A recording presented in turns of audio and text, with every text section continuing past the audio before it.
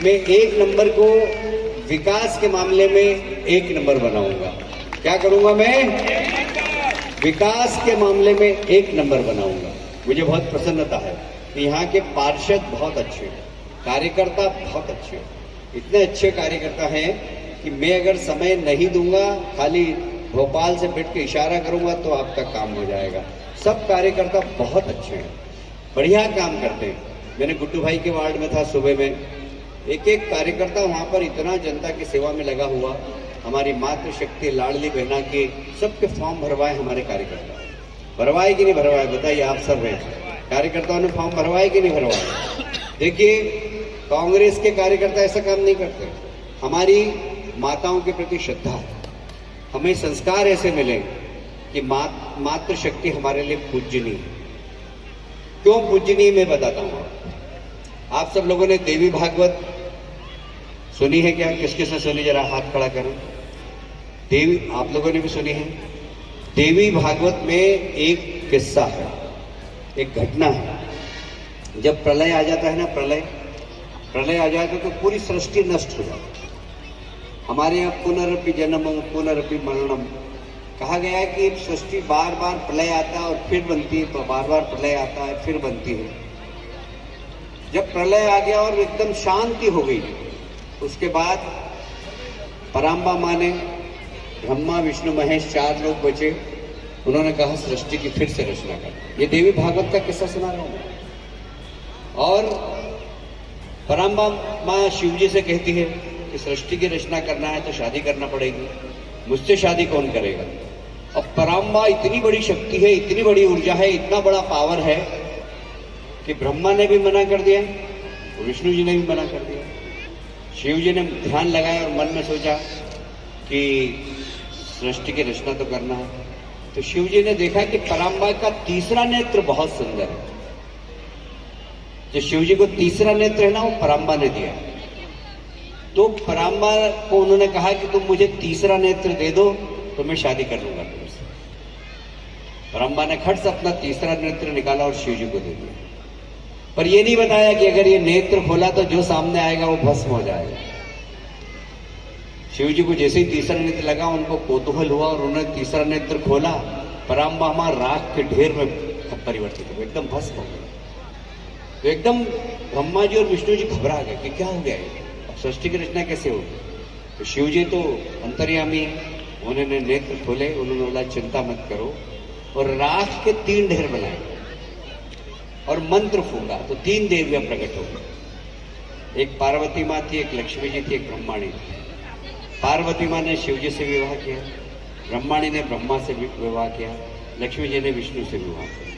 ये माताएं जानती है, राख अगर ढुल जाती है तो कितनी भी सोरो बच जाती है, आखिरी में बच जाती है कि नहीं बच जाती है। तो शिव जी ने क्या करा कि राख बची हुई थी, फूंक मारी। वो फूंक मारी ना, तो ऐसा भागवत में कहा गया है कि वो राख भारत की भूमि में आकर गिरी। और ये हमारी जितनी भी माता है ना, इसमें पराम्बा का अंश है। इसलिए हम इनको प्रार्थना करते हैं, हम इसलिए देवी पूछते हैं, हम इसलिए कुंवारी कन्या पूछते हैं। अभी नवरात्रि आ रही, कुंवारी कन्या पूछेंगे, सुहागन की पूजा करेंगे। हम इसीलिए करते हैं कि ये पराम्बा माँ का अंश है। अपने घर की देवी, माँ, भाभी, पत्नी, बच्चे, इनके चेहरे पे प्रसन्नता आना चाहिए। जिस घर के अंदर महिला के चेहरे पे प्रसन्नता होती है, वह घर मंदिर बन जाता है। एक बार ध्यान सुन लेना, सब पुरुष लोग सुन लो। पत्नी का कभी दिल नहीं दुखाना, माँ का कभी दिल नहीं दुखाना, बेटी का कभी दिल नहीं दुखाना। उनके चेहरे पे हंसी रहना चाहिए। यदि उनके चेहरे पे हंसी रहती है तो वो घर मंदिर बन जाता है। तो मैं तो यही प्रेरणा दूंगा आपको। मनोज, भाभी हंस रही, तो चिल्लाता रहता है बहुत, ऐसा लग रहा है मेरे को, है? जरा भाभी की, ये हमारे दोस्त की बेटी है, उनको पता ही नहीं। अभी बताया उनने, पांडे जी के कबड्डी वाले, लक्की वंडर्स वाले, अभी बताया उन्हें कि 2 साल पहले उनका निधन हो गया। हमारे बड़े अच्छे दोस्त थे वो। तो अब ध्यान रखना मनोज, इसको चमकाने नहीं तो मैं तेरे को चमकाऊंगा। हमारी बेटी है। तो कुल मेरा कहने का तात्पर्य ये कि हमारी श्रद्धा है, और इसीलिए महिलाओं की जितनी, अभी सुदर्शन जी ने आपको योजना सुनाई, लाडली बेटी, मुख्यमंत्री कन्यादान योजना, बेटी पढ़ाओ, बेटी पढ़ाओ, बेटी पढ़ाओ, ये योजना, ये सब बेटियों की योजना भारतीय जनता पार्टी ने लागू की, कभी कांग्रेस ने लागू की क्या? मैं आपसे पूछना चाहता हूं। कांग्रेस ने तो मुख्यमंत्री कन्यादान योजना बंद कर दी थी। कांग्रेस आएगी तो लाडली बहना योजना बंद कर देगी। कांग्रेस को लाओगे आप, एक भी वोट दिया तो समझ लेना आपकी लाडली बहना योजना बंद करने की आपकी इच्छा है, क्योंकि उन्होंने किया है। संबल योजना बंद कर दी थी, मुख्यमंत्री कन्यादान योजना बंद कर दी थी। गरीब आदमी के परिवार में यदि बुजुर्ग तीर्थ करने की इच्छा रखता था तो कर नहीं पाता था, उसको तीर्थ ले जाने की योजना भारतीय जनता पार्टी की सरकार शिवराज जी ने प्रारंभ की। कमलनाथ जी ने तीर्थ यात्रा बंद कर दी। बताइए, ये कांग्रेस के लोग अच्छी योजनाओं को बंद करते हैं क्या? कांग्रेस को वोट देने का, कांग्रेस को वोट मांगने का अधिकार है क्या इस प्रदेश के अंदर? जो गरीबों की चिंता नहीं करती, जो महिलाओं का सम्मान नहीं करती, ऐसी राजनीतिक दल के को वोट मांगने का अधिकार है क्या? और इसलिए मैं आपसे निवेदन करना चाहता हूं, कांग्रेस के उम्मीदवार के पास बहुत पैसा है, उन्होंने तो कमाया नहीं, उनके पिताजी कमा के छोड़ गए, करोड़ों की जमीन है उन्हें, वो बेच के बांट रहे हैं, कुछ भी कर रहे हैं। मुझे उनके बारे में कुछ नहीं कहना, मेरे बच्चे जैसे हैं। पर विकास क्या किया ये पूछना उनसे। 5 साल में विधायक थे, क्या विकास किया? मैं विधायक था 4 नंबर में, 4 नंबर का विकास देख के आइए मैंने कैसा किया। मैं विधायक था 2 नंबर में, 2 नंबर का विकास हमने कैसा किया बताइए? कितने लोग जानते हैं 2 नंबर में? बताइए मुझे, कैसा विकास किया मैंने? मैं महू में था, महू में विकास कैसा किया मैंने? 5000 करोड़ के काम करा है मैंने। अभी मेरी नजर में 1,500-2 हजार के काम तो है ही अभी, कि मेरे को करना है 1 नंबर में। कॉलेज बनाना है, यहाँ कॉलेज भी नहीं इस क्षेत्र के अंदर, मेडिकल कॉलेज बनाना, सामान्य कॉलेज बनाना, लाइब्रेरी बनाना, ये सब काम हमें करना है। रेलवे स्टेशन का जबरदस्त विकास करना, सारा इंदौर उठा के मैं 1 नंबर विधानसभा में ले आऊंगा, आपसे प्रॉमिस करता हूँ।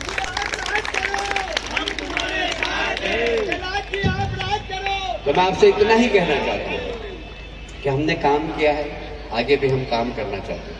मेरा सौभाग्य है कि भारतीय जनता पार्टी ने मुझे आप लोगों की सेवा करने का अवसर दिया है। मैं इस अवसर को ईश्वर की कृपा मानता हूँ।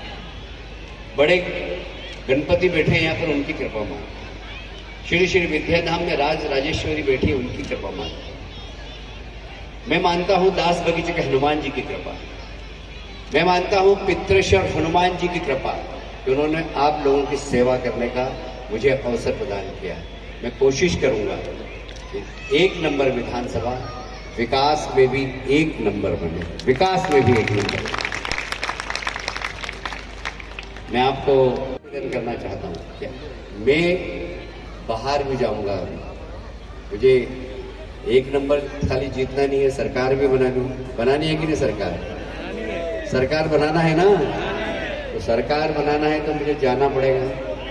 नीमच, मंदसौर, रतलाम, खंडवा, खरगोन, झाबुआ, धार, राजगढ़, गुना, सब दूर जाना है मुझे। तो यहाँ चुनाव कौन लड़ेगा? कौन लड़ेगा? आप बताइए, कौन लड़ेगा चुनाव? आप लोगों को घर घर जाना पड़ेगा। मैं कैलाश विजयवर्गीय नहीं, कैलाश विजयवर्गीय कौन है?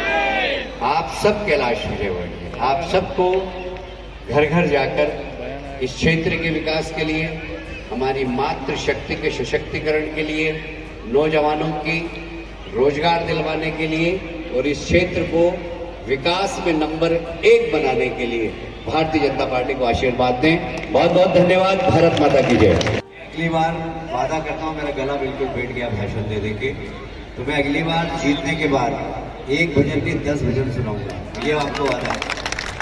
यहीं पर इसी ग्राउंड में कार्यक्रम रखना, आप जितने बोलेंगे उतने भजन सुनाऊंगा। आज आप मुझे माफ कर देंगे। धन्यवाद भाई साहब।